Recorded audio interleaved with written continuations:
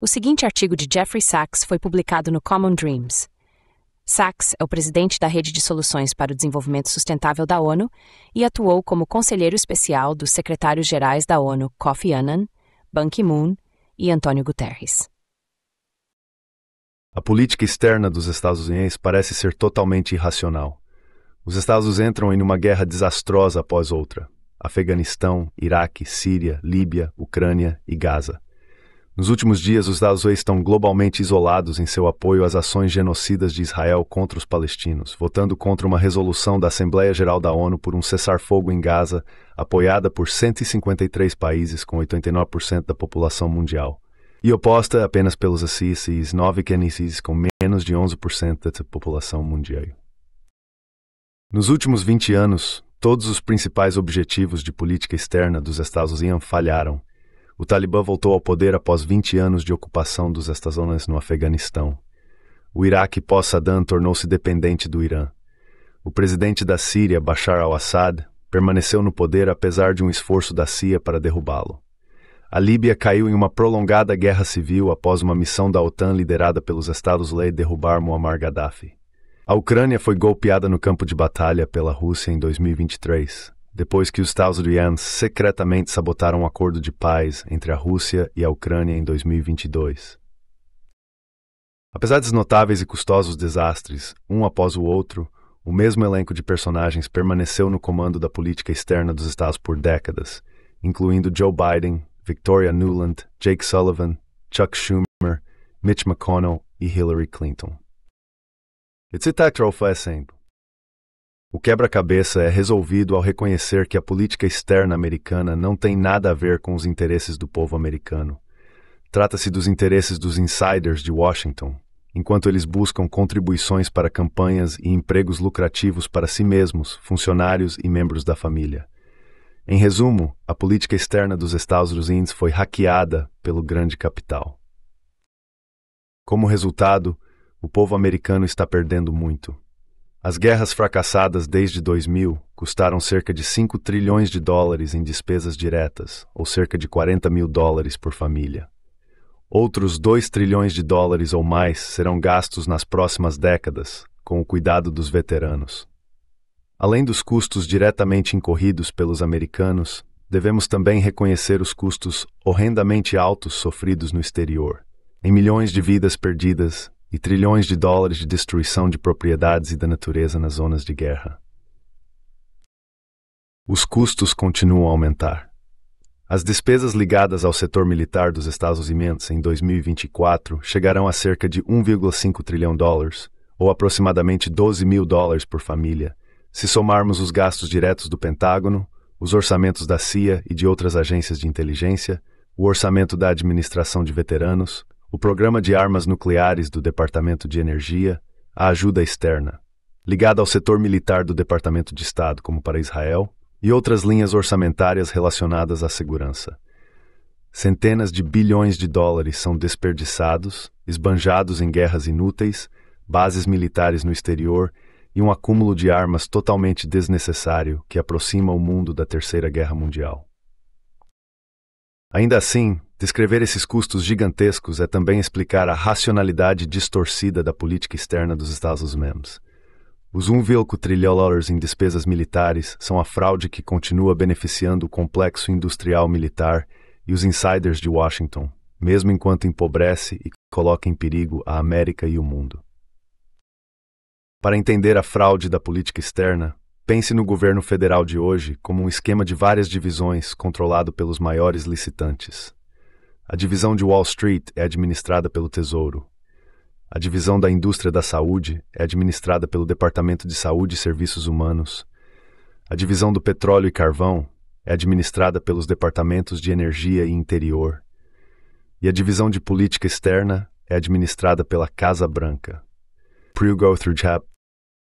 Cada divisão usa o poder público para ganho privado através de negociações internas, facilitadas por contribuições de campanha corporativas e despesas de lobby.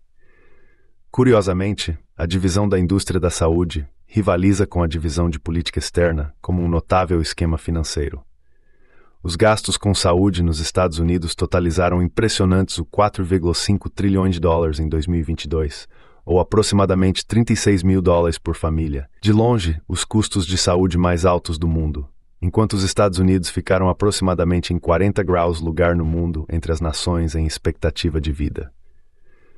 Uma política de saúde fracassada se traduz em grandes lucros para a indústria da saúde, assim como uma política externa fracassada se traduz em mega receitas para o complexo militar industrial. A divisão de política externa é administrada por um pequeno, secreto e coeso grupo, incluindo a alta cúpula da Casa Branca, da CIA, do Departamento de Estado, do Pentágono, dos comitês de serviços armados da Câmara e do Senado e das principais empresas militares, incluindo Boeing, Lockheed Martin, General Dynamics, Northrop Grumman e Raytheon. Há talvez 1.000 indivíduos-chave envolvidos na definição de políticas. O interesse público desempenha pouco papel. Os principais formuladores de política externa gerenciam as operações de 800 bases militares dos Estados no exterior, centenas de bilhões de dólares em contratos militares e as operações de guerra onde o equipamento é implantado. Quanto mais guerras, é claro, mais negócios.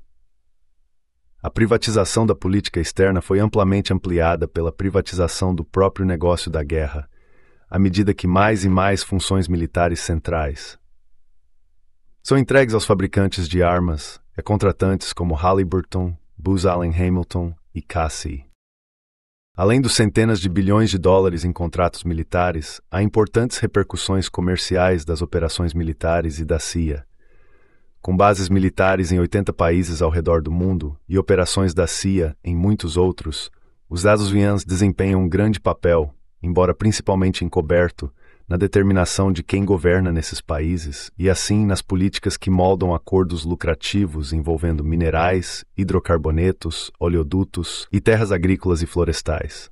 Os Estados Unidos visaram derrubar pelo menos 80 governos desde 1947, geralmente liderados pela CIA através da instigação de golpes, assassinatos, insurreições, agitação civil, manipulação de eleições, sanções econômicas e guerras abertas. Para um excelente estudo sobre as operações de mudança de regime dos Allies de 1947 a 1989, veja Covert Regime Change de Lindsay O'Rourke, 2018. Além dos interesses comerciais, há, é claro, ideólogos que realmente acreditam no direito dos Estados Unidos de governar o mundo. A sempre beligerante família Kagan é o caso mais famoso, embora seus interesses financeiros também estejam profundamente entrelaçados com a indústria bélica. A questão sobre a ideologia é a seguinte: os ideólogos estiveram errados em quase todas as ocasiões e há muito tempo teriam perdido suas tribunas em Washington. Não meça sua utilidade como belicistas. Consciente e inconscientemente, servem como atores pagos para o complexo empresarial. Há um inconveniente persistente para esse golpe empresarial em andamento. Em teoria, a política externa é conduzida no interesse do povo americano, embora o oposto seja verdade.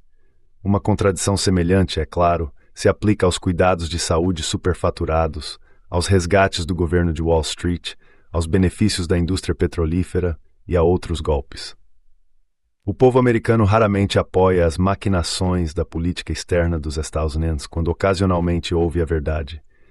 As guerras da América não são travadas por demanda popular, mas por decisões de cima. Medidas especiais são necessárias para manter o povo afastado da tomada de decisões. A primeira dessas medidas é a propaganda incessante. George Orwell acertou em 1984 quando o partido de repente trocou o inimigo estrangeiro de Eurásia para Lestásia sem uma palavra de explicação. Os Estados essencialmente fazem o mesmo. Quem é o maior inimigo dos Estados? Escolha de acordo com a temporada. Saddam Hussein, o Talibã, Hugo Chávez, Bashar al-Assad, ISIS, Al-Qaeda, Gaddafi, Vladimir Putin, Hamas, todos já desempenharam o papel de Hitler na propaganda do Zazuá. O porta-voz da Casa Branca, John Kirby, entrega a propaganda com um sorriso no rosto, sinalizando que ele também sabe que o que está dizendo é ridículo, embora levemente divertido. A propaganda é amplificada pelos think tanks de Washington, que vivem de doações de contratantes militares, e ocasionalmente de governos estrangeiros, que fazem parte das operações fraudulentas dos Estados Unidos. Pense no Atlantic Council, e, claro, no sempre popular Institute for the Study of War, trazido a você pelo pelos principais contratantes militares. O segundo é esconder os custos das operações de política externa. Nos anos 1960, o governo dos Estados Unidos cometeu o erro de forçar o povo americano a arcar com os custos do complexo militar industrial, recrutando jovens para lutar no Vietnã e aumentando os impostos para pagar pela guerra. O público se manifestou em oposição. A partir da década de 1970, o governo se tornou muito mais astuto.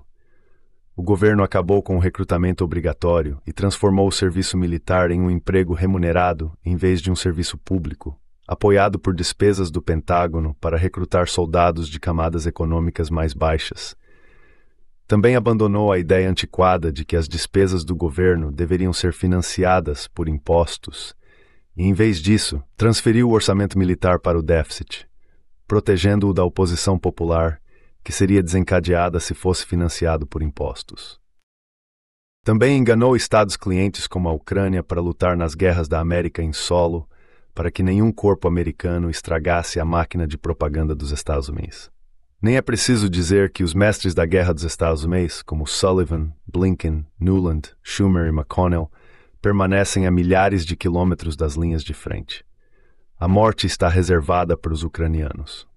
O senador Richard Blumenthal defendeu a ajuda militar americana à Ucrânia como dinheiro bem gasto, porque é sem uma única mulher ou homem do serviço americano ferido ou perdido, de alguma forma não percebendo que o bom senador deveria poupar as vidas dos ucranianos, que morreram aos milhares em uma guerra provocada pelos Estados Unidos sobre a ampliação da OTAN.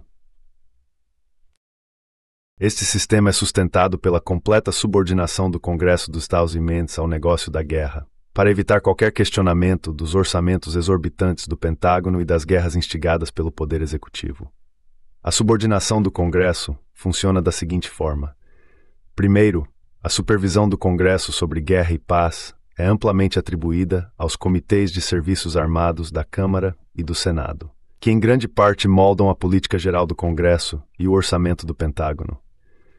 Segundo, a indústria militar, Boeing, Raytheon e outras, financia as campanhas dos membros dos comitês de serviços armados de ambos os partidos. As indústrias militares também gastam grandes somas em lobby para oferecer salários lucrativos a membros aposentados do Congresso, suas equipes e famílias, seja diretamente em negócios militares ou em firmas de lobby em Washington. A manipulação da política externa do Congresso não é apenas pelo complexo militar industrial dos Estados Unidos. O lobby israelense há muito tempo dominou a arte de comprar o Congresso. A cumplicidade da América com o estado de apartheid de Israel e os crimes de guerra em Gaza não faz sentido para a segurança nacional e a diplomacia dos Estados Unidos, sem falar na decência humana. Eles são os frutos dos investimentos do lobby israelense, que chegaram a 30 milhões em contribuições de campanha em 2022 e que superarão em muito esse valor em 2024. Quando o Congresso se reunir novamente em janeiro, Biden, Kirby, Sullivan, Blinken, Nuland, Schumer, McConnell, Blumenthal e seus semelhantes nos dirão que absolutamente devemos financiar a guerra perdedora, cruel e enganosa na Ucrânia e o massacre contínuo e limpeza étnica em Gaza, sob pena de nós, a Europa e o mundo livre, e talvez o próprio sistema solar, sucumbirmos ao urso russo, aos mulás iranianos e ao Partido Comunista Chinês.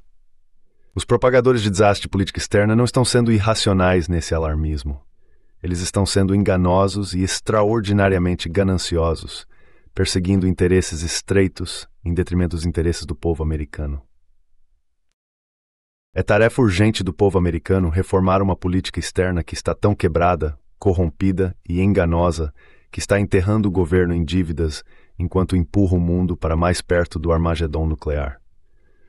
Essa reforma deve começar em 2024, rejeitando qualquer financiamento adicional para a desastrosa guerra na Ucrânia e os crimes de guerra de Israel em Gaza.